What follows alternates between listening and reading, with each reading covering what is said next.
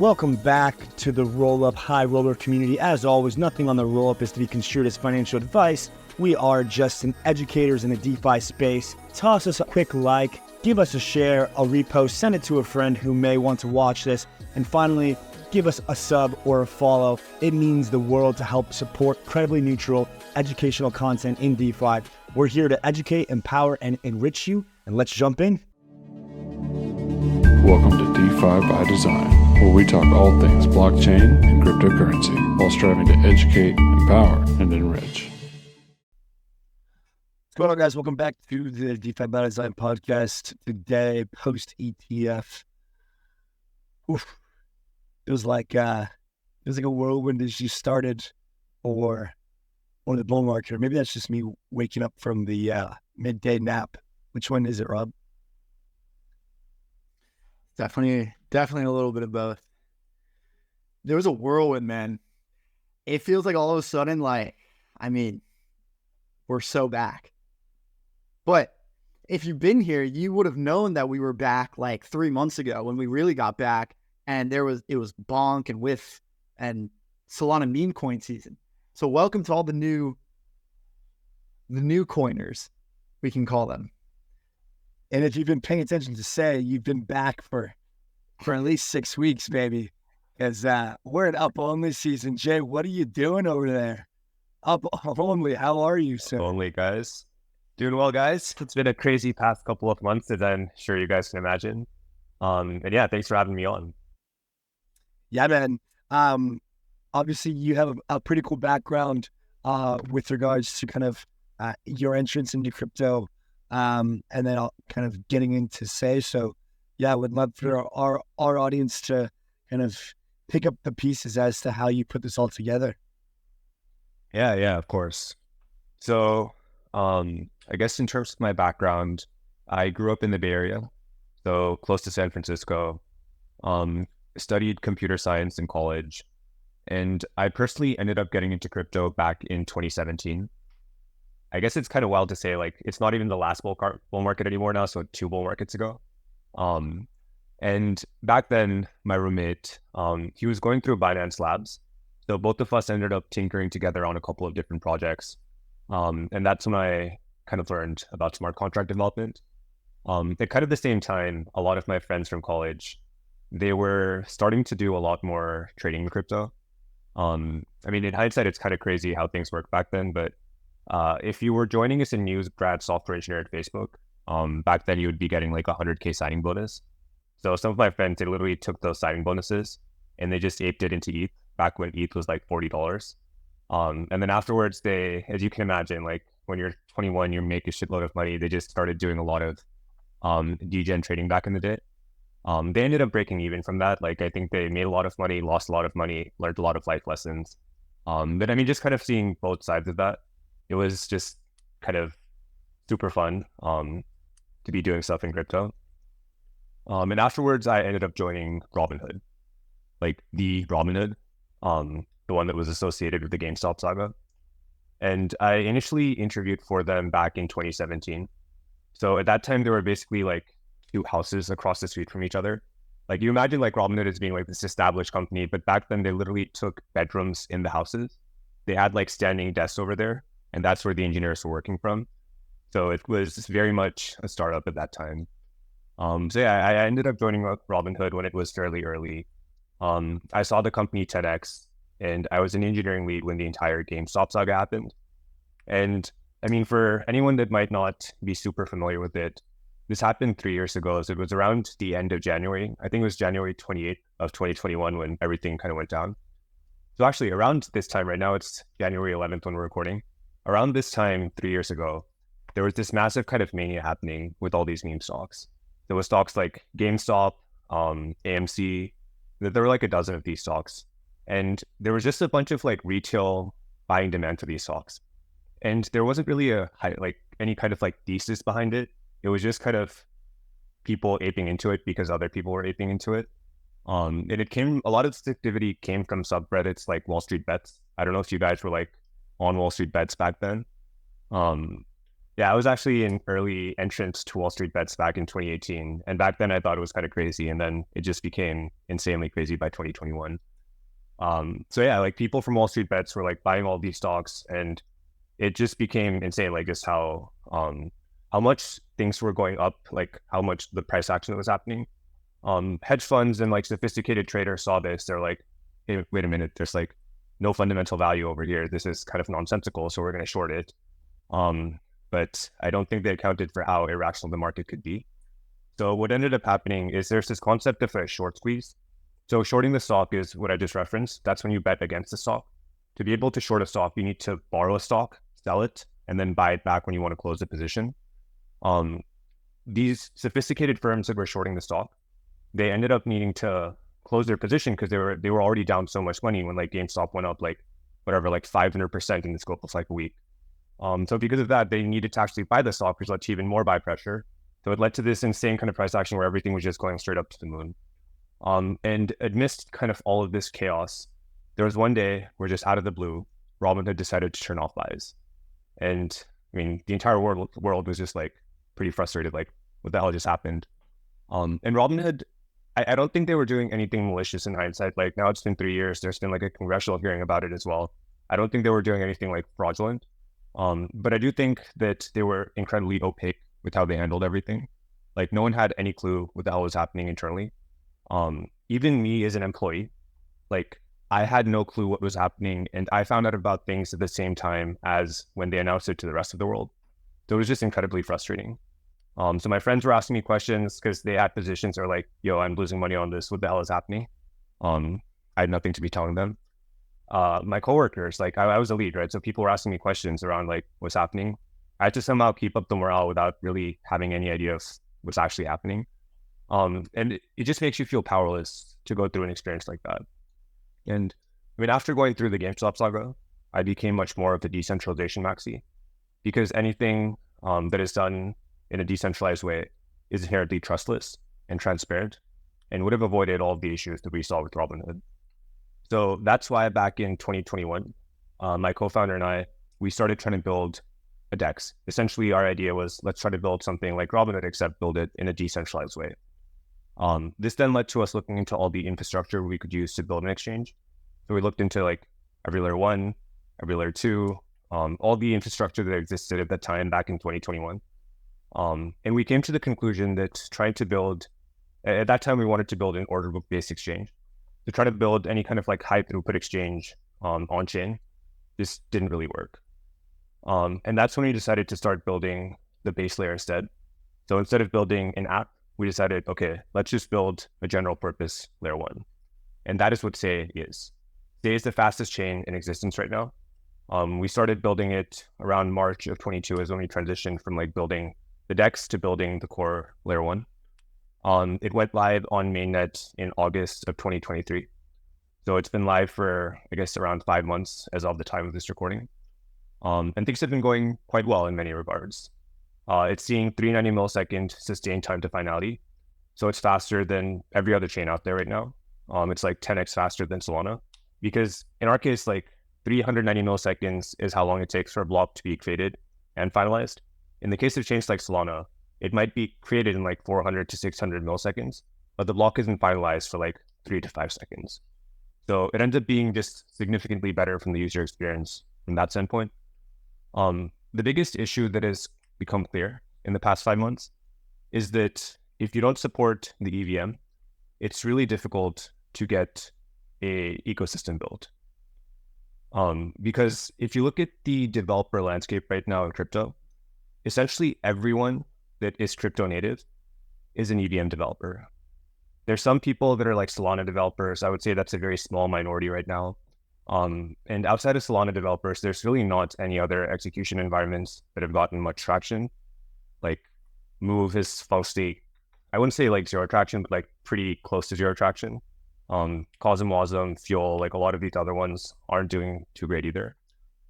So the thing that's clear is that if you want to actually support crypto native developers, you need the EVM right now. Like it's reached that terminal velocity. There's no way around supporting the EVM. So that's why after kind of getting that developer feedback, back in November, So I think the exact date was like November 29th of 2023. So like, as you said, around 6 weeks ago, we put out the SEI proposal. So the SEI is a proposal to build the first parallelized EVM. And this essentially lets you get the best of both Ethereum and Solana, since you're able to get the Ethereum Virtual Machine and all of the mindshare, tooling, developer support that is there with the EVM. And you're able to get the really high performance blockchain, high performance execution environment that you see with Solana. And yeah, I mean, as you said, it's been just insane after we put that out. I think it really stuck some kind of, it really resonated with the crypto ethos, and it just led to a massive amount of activity that started to happen in basically every single side of, say, like a lot of discussions. It led to a lot of activity starting to happen on chain as well. But yeah, it's just been super exciting to see all of that play out. So that's a brief intro about myself and say. Yeah, fantastic. I'd like to dive into more of the parallelization of the EVM, kind of that narrative as well. Talk more about the narratives in the bull market, as well as just kind of say ecosystem and things. But kind of more broadly, what would you say were some of the key factors from the community, from the builders, devs, marketing, just broadly, that have led to the success of SEI's growth from launch? Kind of what were the couple you think key factors that other builders or community members and people can kind of learn from that you guys did well, that have led to the quick success thus far? Yeah, so for SEI 1, I think there's a few different things that can be kind of studied. The first is the technology itself. I think at the end of the day, you need to have really good technology to be able to get any kind of adoption. In SEI's case, it's been the fastest chain in existence, and it's also been stable in the sense that there's been like no liveness issues so far. There hasn't been any like unexpected downtime or anything.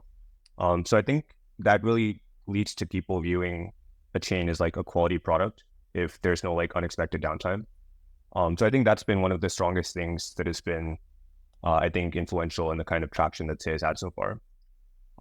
Beyond that, I would say the second biggest thing is the community.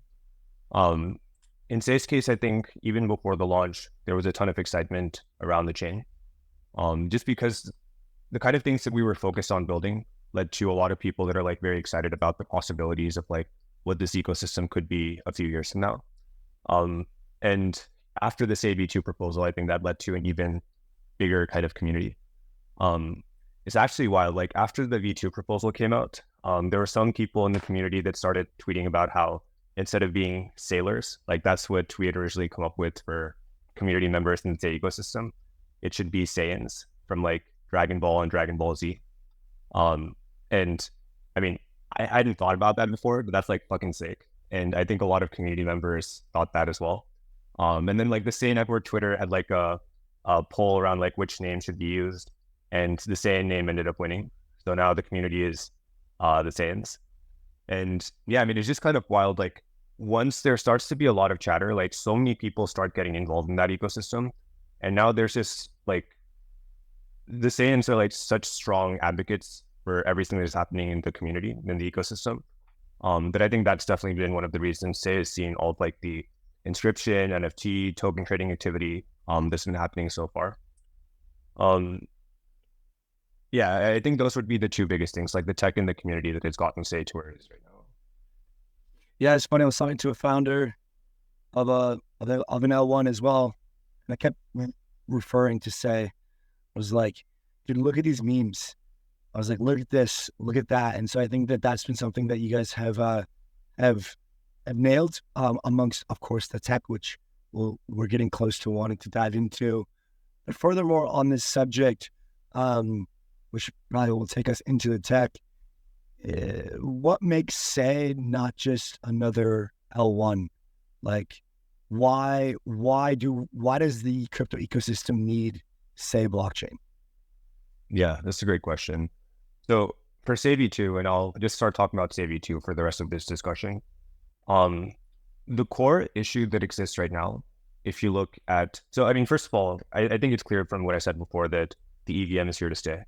Like the Ethereum Virtual Machine is the default that any developer is going to be using if they come into crypto right now. There's no reason strategically for them to use anything else because that is where all of the users are.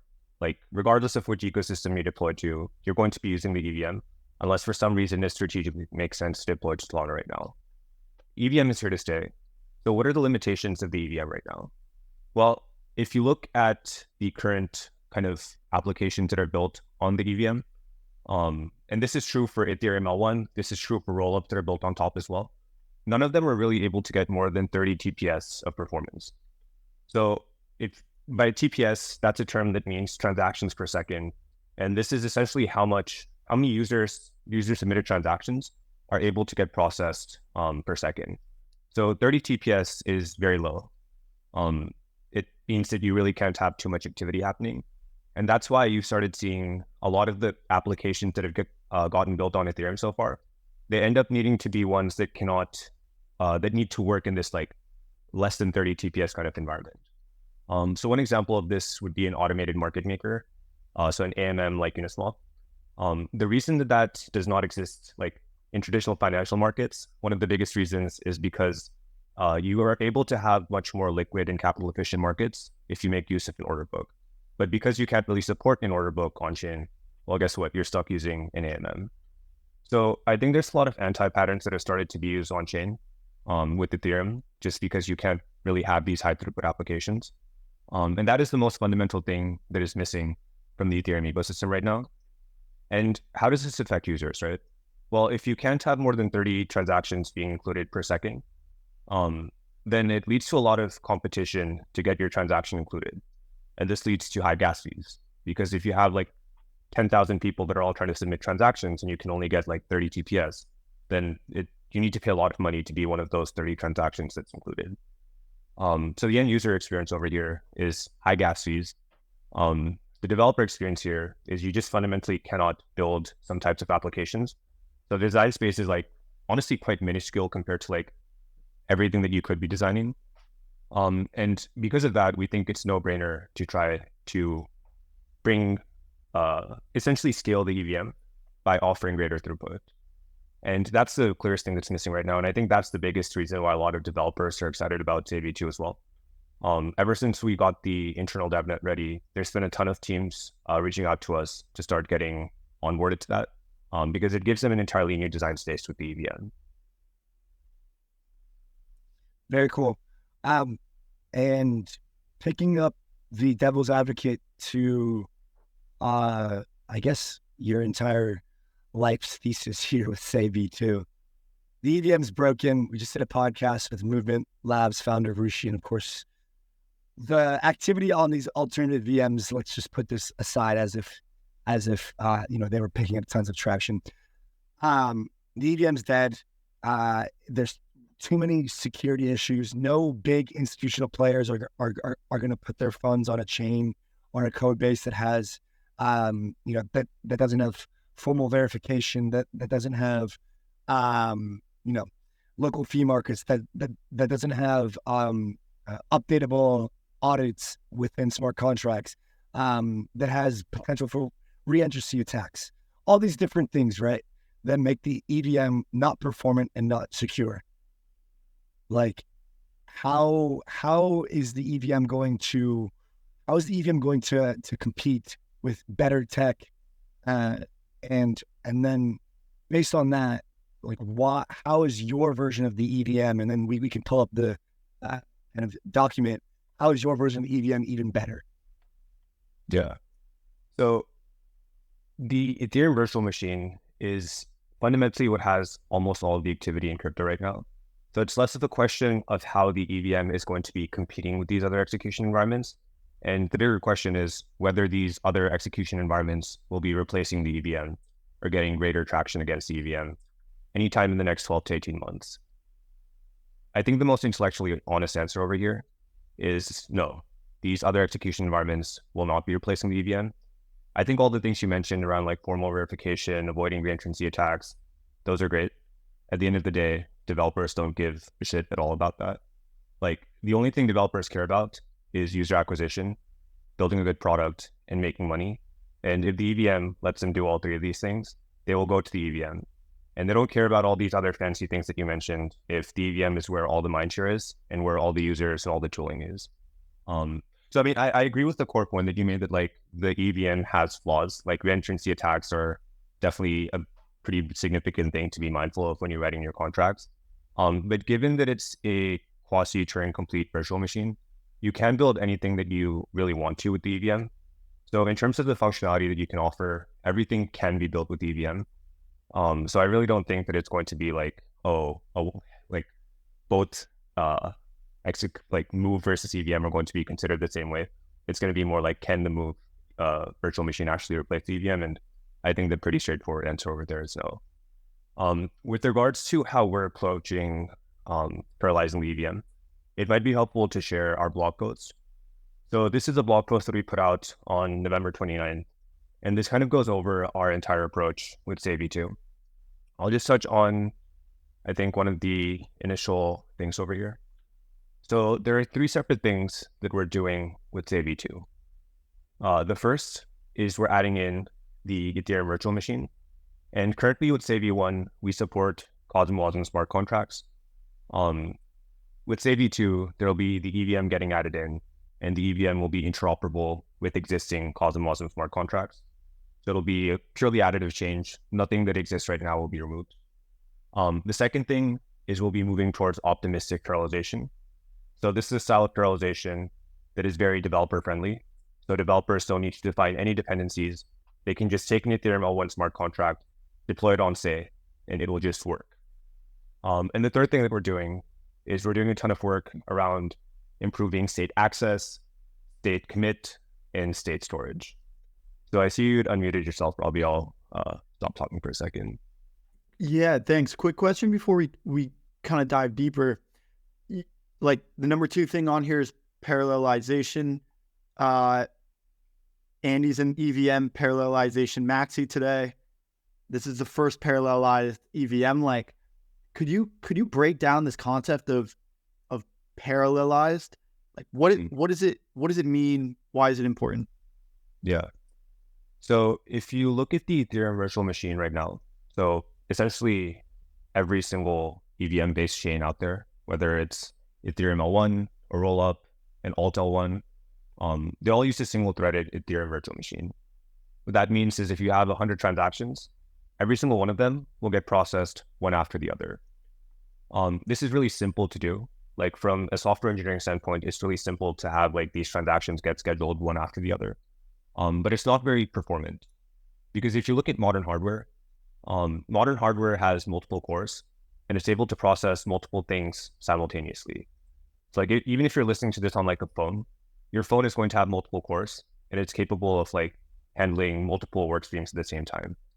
So if you think about it, it's kind of silly that like you have this single threaded virtual machine when modern hardware is able to offer much better performance than that. So the idea behind parallelization is instead of processing just one transaction after the other, you start processing multiple transactions at the same time. At a high level, it's like a very simple kind of concept, like just process multiple things simultaneously. So for example, if like I'm sending you tokens to Robbie, and then Andy, you're sending tokens to my co-founder, Jeff, these are things that aren't really dependent on each other. So they can be scheduled to run at the same time, and then you can have better performance from that. Fundamentally, there's 2 things that make this a little bit harder to implement in practice. The first is that you need to figure out what state every transaction is touching. And by state over here, I mean like which accounts are being touched. For example, let's say that hypothetically I have 10 SEI and I submit 2 transactions. One is to send Robbie 10 SEI, the second is to send Andy 10 SEI. Whatever the second transaction is in this case, the one to send 10 SEI to Andy, that should fail because I only have 10 SEI and I've already sent that to Robbie, right? So you need to make sure that in the cases where there is the same state being touched, you account for the ordering of transactions to make sure that there's nothing kind of funky going on over there. Like the first transaction gets processed first and then the second one should fail. So the state access problem makes it somewhat difficult. The second thing is parallelization by itself doesn't completely solve scaling the EVM because there's a lot of problems with like the way that state is accessed and the way that state gets committed as well that you need to account for before you can really get that breakthrough in performance. So that's what we've been addressing with SEI V2. we've made use of optimistic parallelization to be able to figure out what these conflicts in state are to lead to a much simpler developer experience. Because otherwise, if you look at chains like Solana, for example, developers need to define what the dependencies are. So developers in Solana's case, they pass along every single account that is being touched in a transaction, and that adds an additional complexity to the developer experience. And then we've also done a ton of work with State V2 to help with improving state access and the other things that I was mentioning. It finally makes sense. If it has to touch the same state, you do it in series. You have to prevent the double spend problem. Mm-hmm. But Exactly. if it's two separate states, you're able to execute those in parallel. Finally, it makes sense. The only thing left is learning how to pronounce it. So we'll figure that out. And to kind of build off of Rob's point, like, can you give us an example? Like, I know, like, the common one is like, oh, if there's an NFT mint on Ethereum right now, it clogs up the entire chain. Which is, say, if there's an NFT mint in one app, that's not going to affect my DeFi application swap. Like, could you explain to us from the user perspective what the parallelization ends up looking like? I mean, honestly, from the user perspective, you won't even know that parallelization is happening. It's all going to be behind the scenes. So the end impact on the user is that instead of paying $100 in gas fees, you'll be paying like 1/10 of a cent in gas fees. And everything else will kind of just magically happen behind the scenes.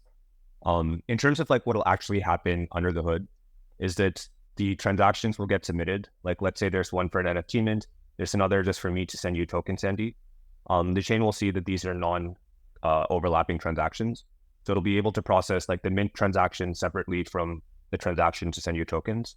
And you'll be able to leverage the multiple cores on the machine to be able to get better performance because they're non-overlapping transactions. And Gotcha. And how do you do that without passing the state or the affected accounts of the state with each transaction? Yes, that's a great question. So this is what a high-level diagram for it looks like. In Save V2's case, we make use of optimistic parallelization. The way that this works is that the chain will try to run all the transactions in parallel first. So over here, there's these 3 transactions. All 3 of them will start getting run in parallel. And then the chain will figure out that all the state, so all the accounts, all the slots that are being updated by every single one of these transactions. So in the case of, let's say, transaction 1 is an NFT mint, transaction 2 is the same NFT mint, and then transaction 3, actually in this example, let's say transaction 1 is me sending Andy tokens, and then transactions 2 and 3 are NFT mints. Then in that case, transaction 1 will just be touching my account and Andy's account, and then transactions 2 and 3 will be touching whatever that smart contract is that is handling the NFT mint. So after the chain figures out like what state each transaction is touching, then it's able to say that transactions that are not touching any conflicting state, in this case, transaction 1 where I'm sending Andy tokens, those are good. So those will just be marked as valid, and then you can kind of move on. And then in the case where there is any kind of conflict happening, so in this case, transactions 2 and 3, they're touching the same state, then you can take the first transaction and say that is valid, because that's the one that would be getting processed first if you're processing sequentially. So transaction 2 would be valid, and then transaction 3 would need to get rerun. And let's say that instead of just transactions 2 and 3, there were transactions 2 through 10, all of them were NFT mints. Then in that case, you need to rerun all of the NFT mint transactions to be happening one after the other, depending on their ordering within the block. So what are the trade-offs of this approach, right? The biggest trade-off with this is you need to rerun these transactions. So in the worst case, all the transactions in the block might be all touching the same state. So then you try to run everything in parallel first. You'd see they're all touching the same state, and then rerun them all sequentially. So that actually leads to a 30% overhead compared to just running it sequentially the first time. So if they're like in the absolute worst case, it'll be 30% worse than sequential processing. If you look at Ethereum L1 though, not typically, you'd never have 100% of transactions being processed, all touching the same state. In practice, it ends up being more closer to like 15% of transactions are touching the same state. So in a case like that, you're able to get just significant performance improvements from parallelization. So transaction 3 has to wait until the next block? No. So transaction 3 will still be processed within this block. It'll just be like, as part of the block processing, you'll try to process it once, it'll fail, and then you'll try to process it again, except it'll be using the dependencies of transaction 2. So like whatever updates transaction 2 made, it'll take that into account and then run transaction 3. So all of this happens under the hood, and it's going to lead to a similar user experience, an identical user experience as sequential processing. And the output will also be the exact same as sequential processing. So if you process all 100 transactions one after the other, and if you use optimistic parallelization, they'll have the exact same end state. So in this instance, user 3 isn't waiting any longer than user 2 to get their transaction processed. Exactly. So because all of this is happening within the scope of a block being executed, of the block being processed, all the users will need to wait the exact same time. The block will only be done being processed once every transaction in the block has actually been processed. And then have you guys looked into what kind of MEV is possible between transaction 2 executing and transaction 3 executing? Like say transaction 2 is a big whale, and then transaction 3 is a sandwich bot coming after it. But obviously that transaction would have to come after it. Like what are the possibilities? Have there been any research done on that with this type of parallelization? Thankfully, this is actually very simple. There is no additional MEV that comes from this parallelization. The reason for that is, I mean, at a high level, if you think about like sequential processing, you're given 100 transactions, you get to some kind of end state. We're getting to that exact same end state with parallel processing, right? Like all 100 transactions will get processed in parallel, but the output of them will be the exact same as the output from sequential processing. So from the execution layer, there's no additional MEV that this introduces. The question is then like, oh, maybe like at the validator level, there's like some kind of changes in validator hardware requirements or network topology that'll result in potentially different access patterns that might lead to greater avenues for MEV. In SEI's case, that is not going to happen because you don't actually need to run more performant hardware to be able to use SEI-V2. It's just taking advantage of the cores that are already on these machines to be able to get better performance. So there's not going to be any increase in hardware requirements. And as a result, there's also not going to be any change in network topology. So it's going to lead to an identical type of MEV landscape. Gotcha. Cool. All right. A lot of this kind of thought process from you guys, I think, is to solve the state bloat problem. Been hearing a lot about this state bloat problem of Ethereum. Well, first, just like, what even is state bloat? How does it occur? Why is it being labeled and things that I've read as like potentially catastrophic for Ethereum or just kind of a problem? And then, how does this solve that? That's a great question. So let me just share a tweet that I put out a couple of days ago. Okay. So I guess first things first, what is state and what is state bloat? State is the active data that needs to persist on the blockchain to be able to process any incoming transactions and to be able to generate a state hash that will then be included in the block header. So that was kind of like an academic way of saying it. More practical way is like state is going to be all the account balances. So like Robbie has 5 say, Andy has 10 say. It'll be all those account balances. It'll also be smart contract state. So like this NFT contract has whatever state that'll be part of the active state of the blockchain. So the issue with having a high performance chain is that you have more transactions that are coming in, which then leads to more state updates that happen, which then leads to just greater state. So if you have a higher performance blockchain, you tend to have more state that need to be stored. And when you have a lot of state, there ends up being 2 primary issues that come with that. The first is that it's really difficult to store the state. If you want to have like a validator or full node that might only have like 128 gigabyte hard drive, then if the state becomes bigger than 128 gigabytes, then guess what? You're going to need the entire network to start increasing the size of their hard drive which makes it more expensive to run a full node, which is then going to lead to greater centralization, which is bad. So that's the first problem. The second problem is around state sync. So if you want to start running a new node, like how do you actually do that? Well, you need to import all the data that already exists on the blockchain. So you need to import all the state. In Ethereum's case, it's close to 100 gigabytes. But you need to import 100 gigabytes of state. And if you have a high performance chain, the argument can be made that in the longer term, you'll be actually having even more state than that. So how do you import that efficiently and then also process, like while you're importing that, there's going to be new transactions that are coming in. You need to also update the state of the blockchain with those new transactions. So, I mean, sometimes it might take like days to be able to do something like this, which is definitely not ideal. Like it makes it much harder to start running a new node. So those are the kind of problems that we're seeing. In terms of how we're addressing this from SEI side, we have this concept of state EV. Under the hood, there's, I would say, two major things that we're doing. The first is we're using a memory mapped IAVL tree. And the second thing is we're having async writes. So this is what it kind of looks like with the memory mapped IAVL tree. There's an IAVL tree that exists, and this is memory mapped, which means that there's going to be 3 files on disk. One of these files is for the key value pairs. Another file is for the leaves.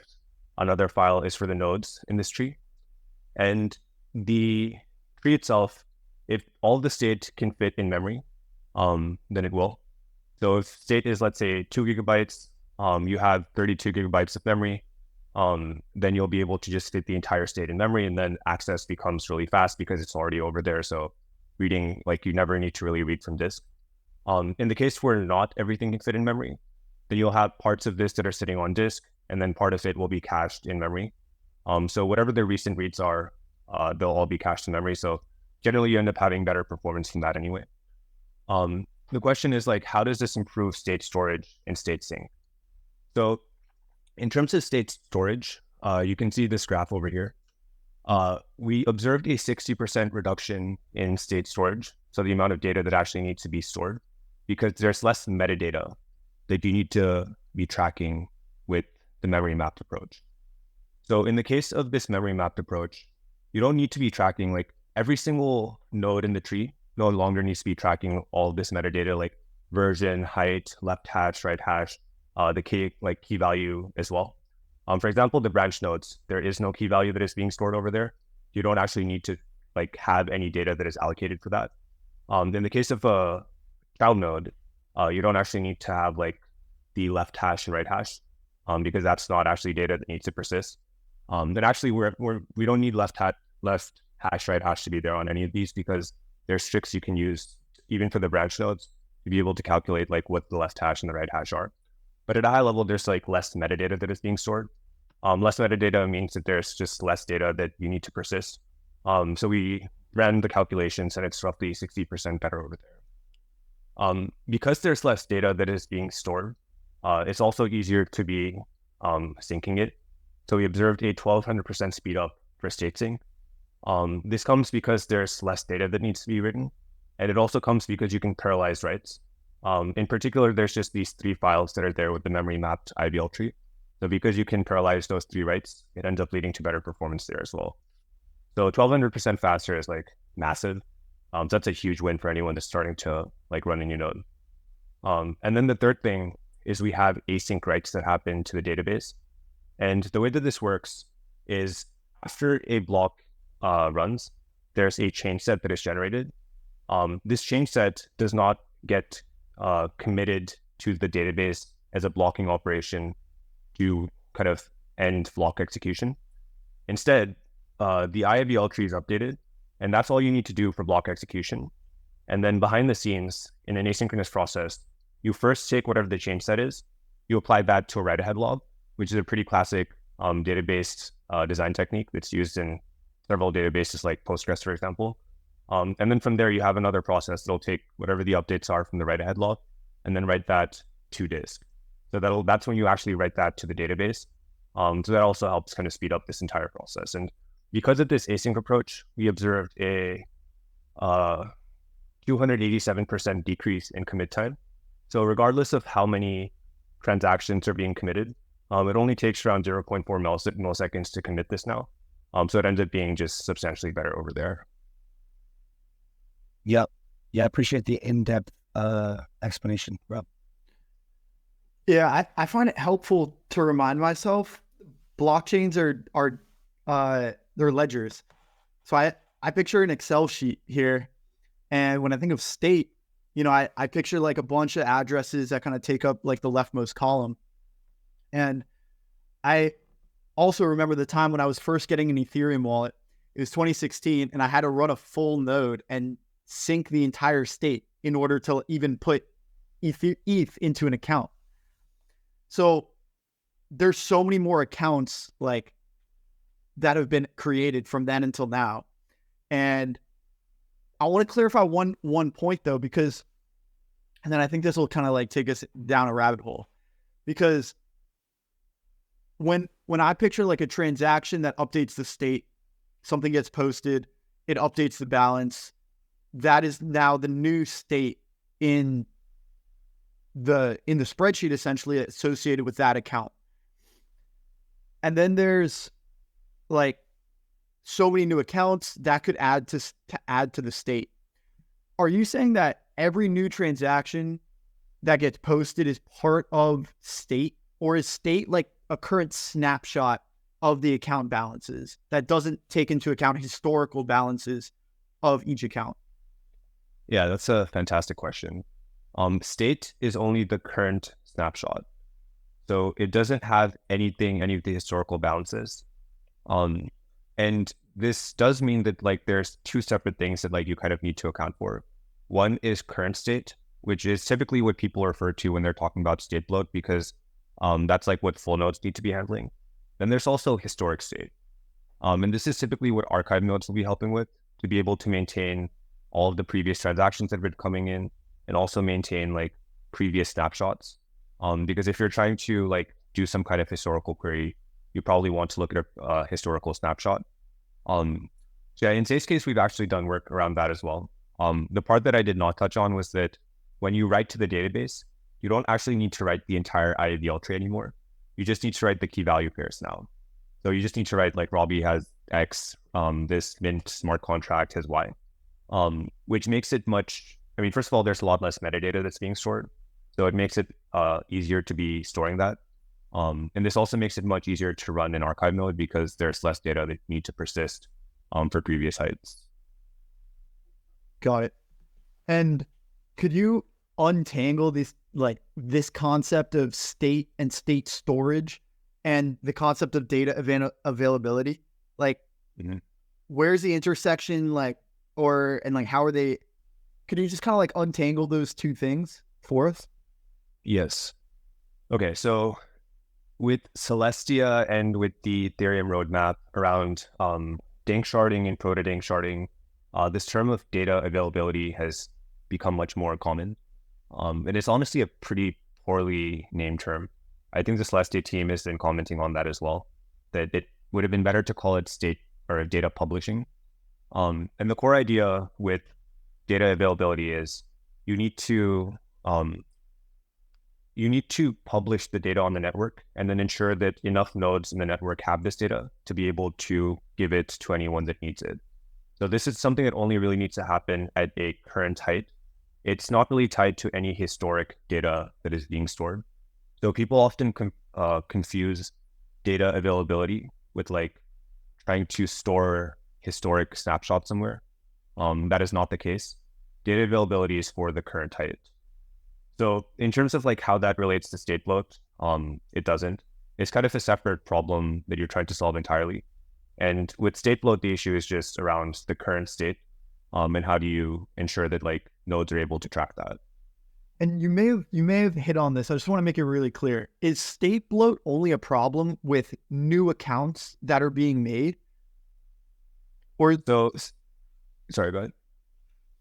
I mean, I can, because you also touched on like historical state, but it sounds like that isn't really an issue as far as state bloat is concerned, because state is only like the current state, nothing historical.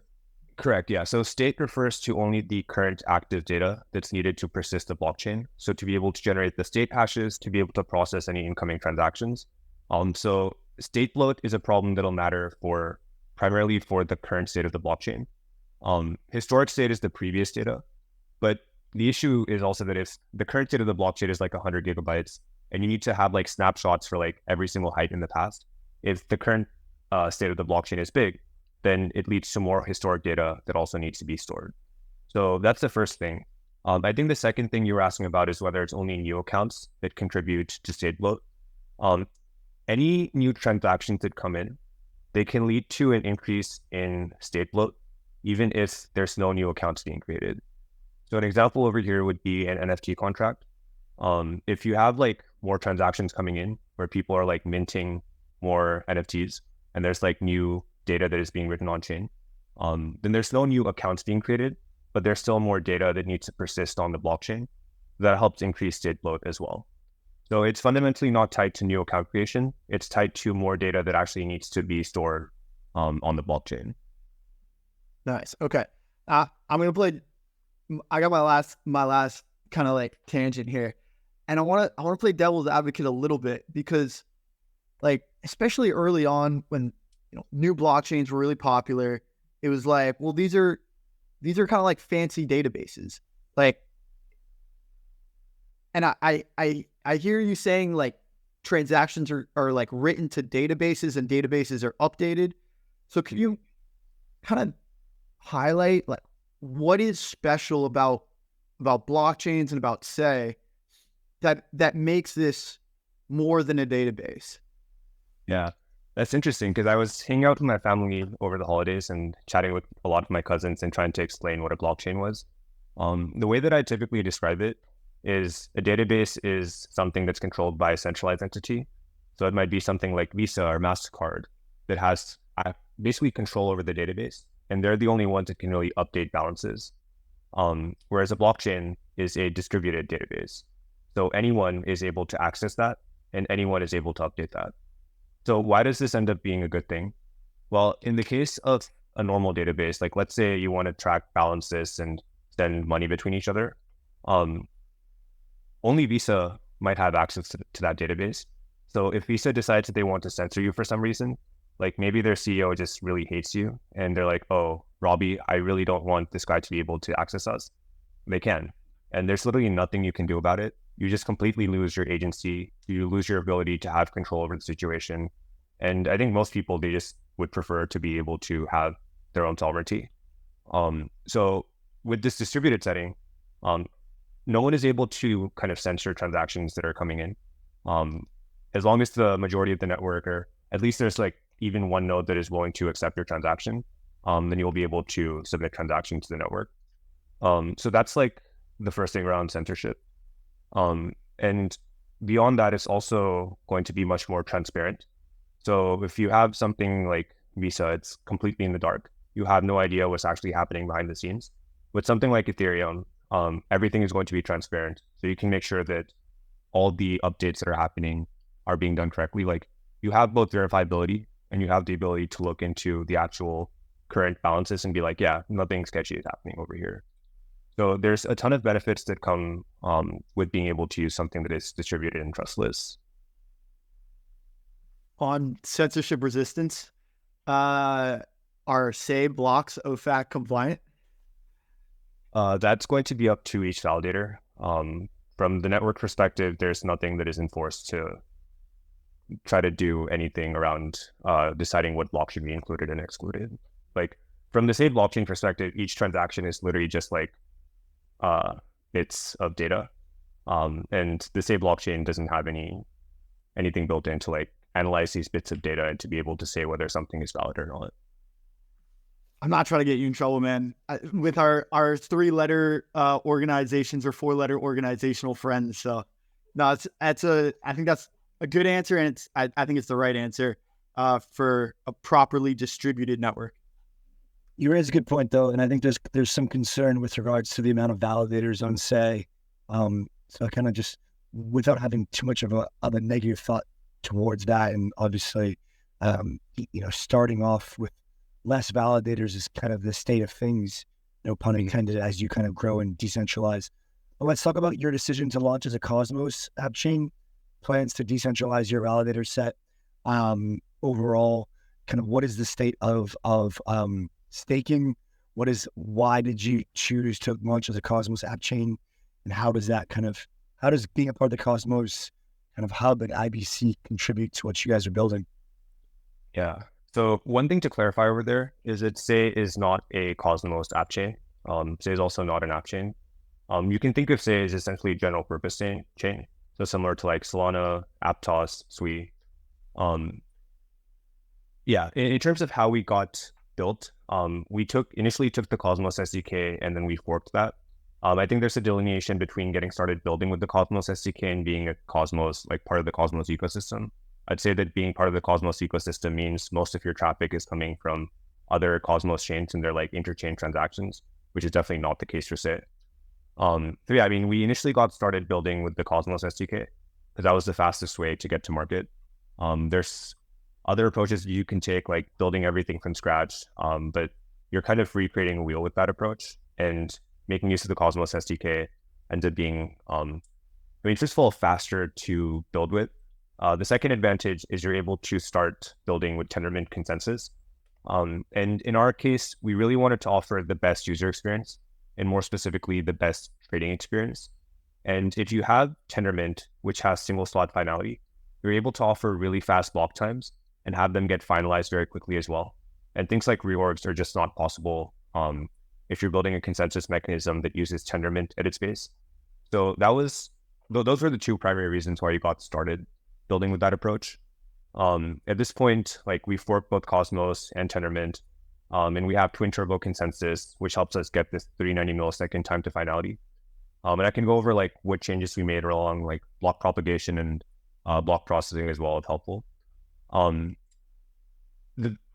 The biggest downside of using something that is like based on Tendermint is that you're not able to have a massive validator set. And what I mean by this is with Tendermint, you have n squared communication overhead.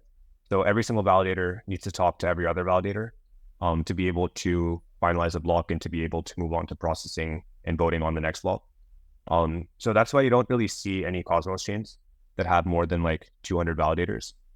The nice thing about this is you're able to get much better UX. The downside is that you're kind of capped at this 200 validator number.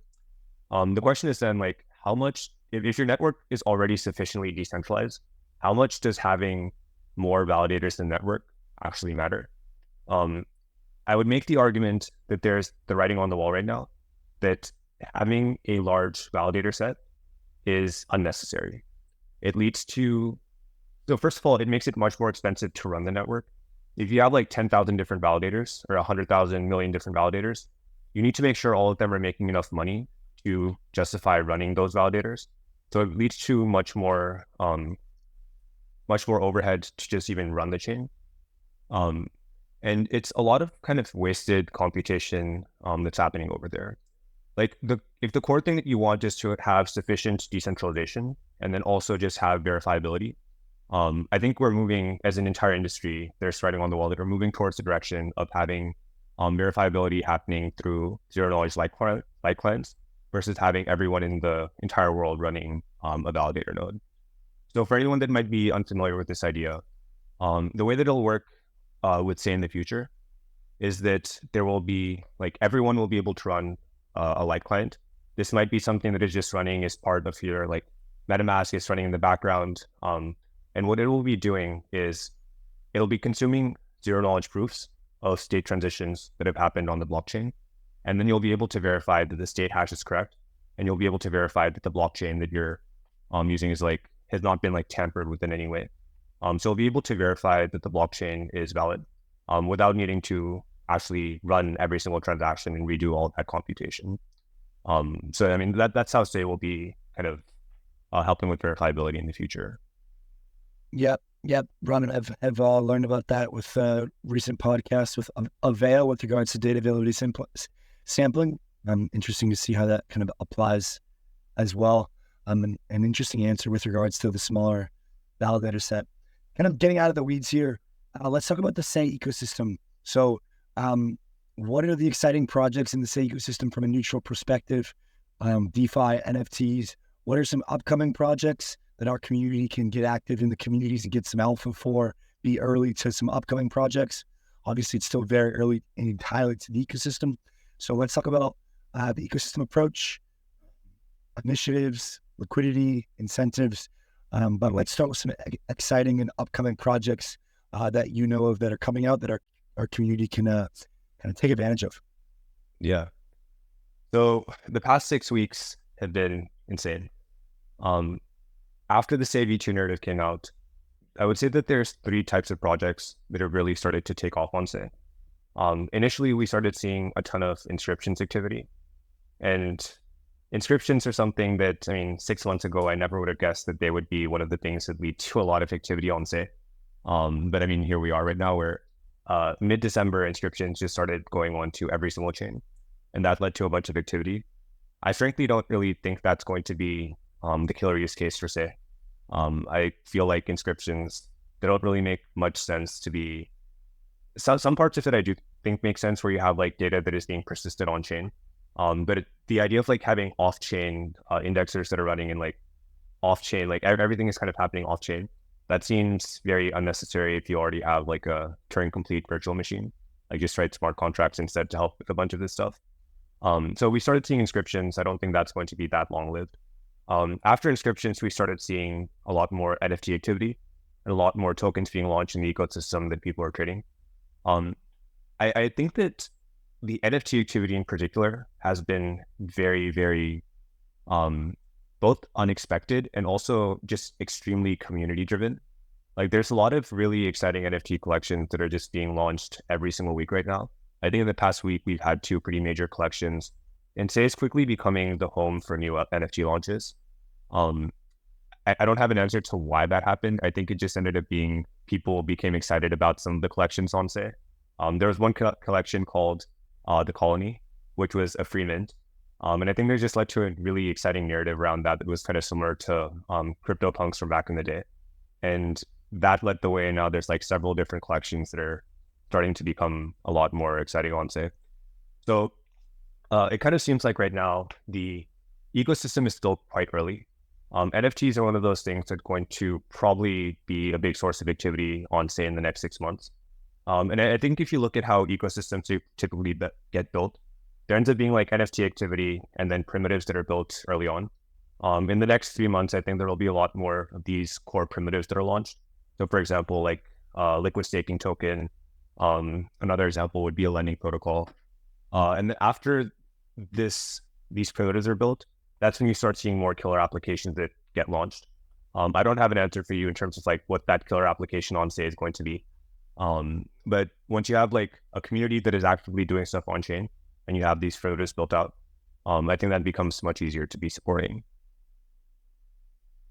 From the foundation or labs perspective, is there, once this ecosystem gets, starts to grow more and,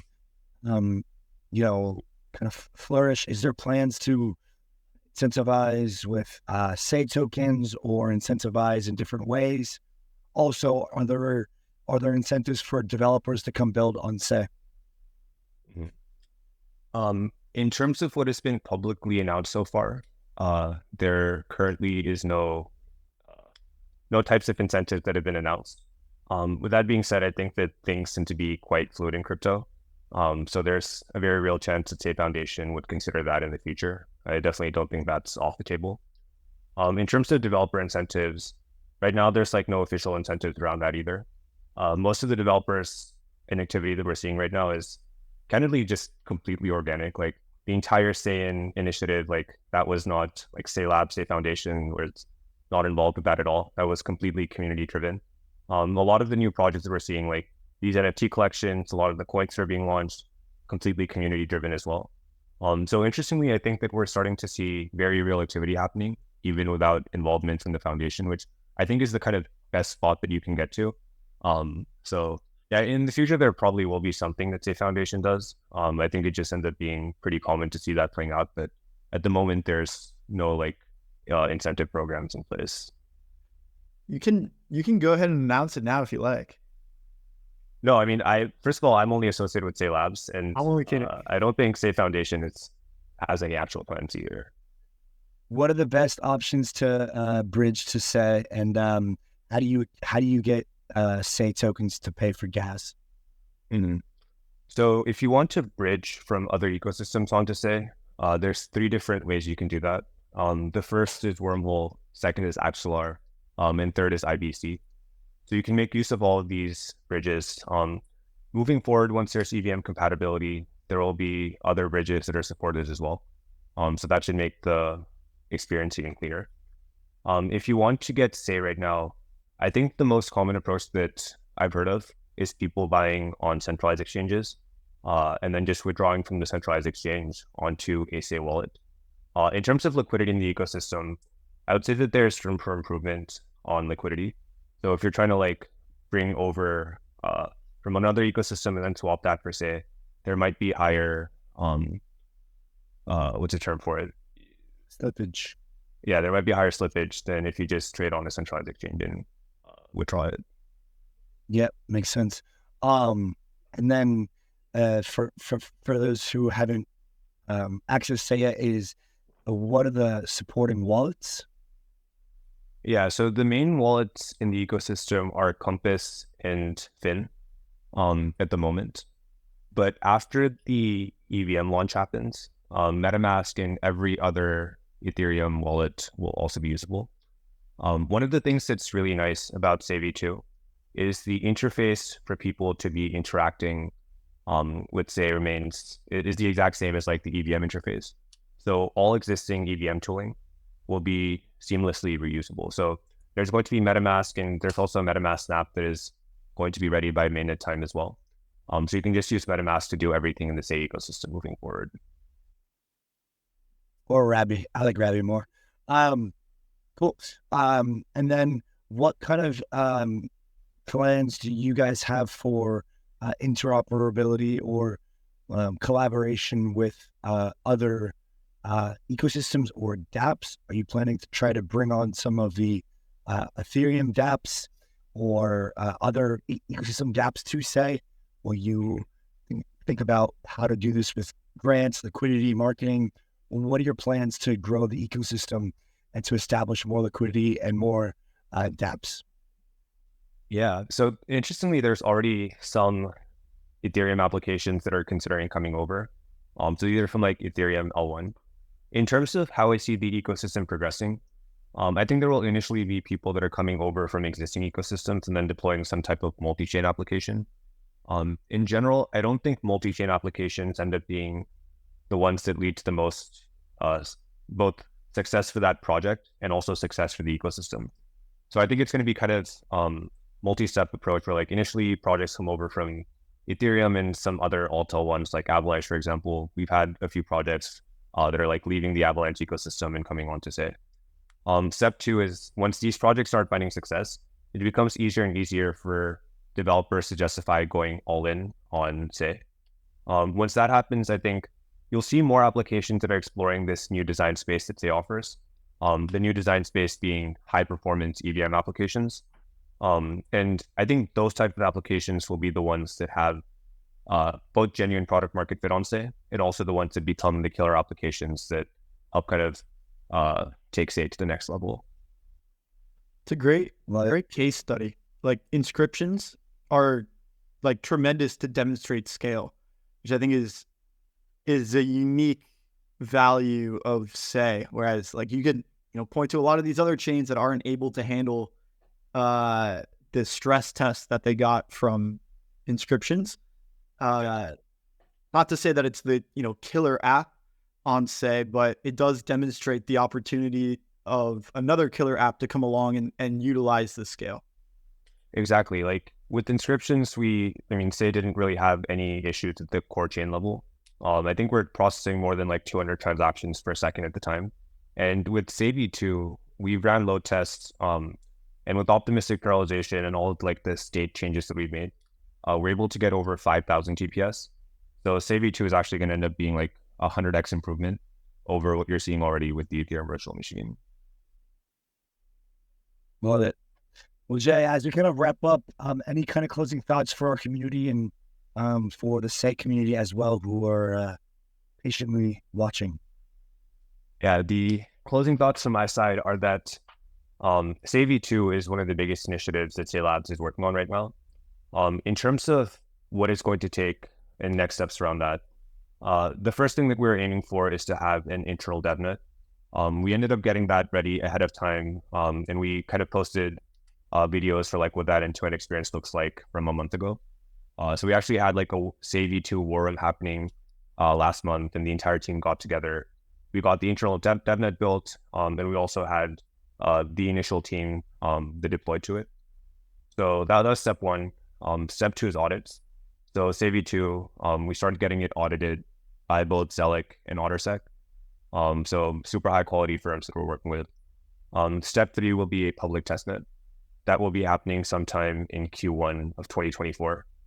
And then there'll be the public mainnet, which, assuming the governance approves that, should be sometime in H1 of this year. So yeah, a ton of stuff to look forward to over there, and things are moving quite quickly. Yeah, awesome, man. Thank you for coming on, and congrats again on the great success, and let's keep building, man. All right, thanks for having me on, guys.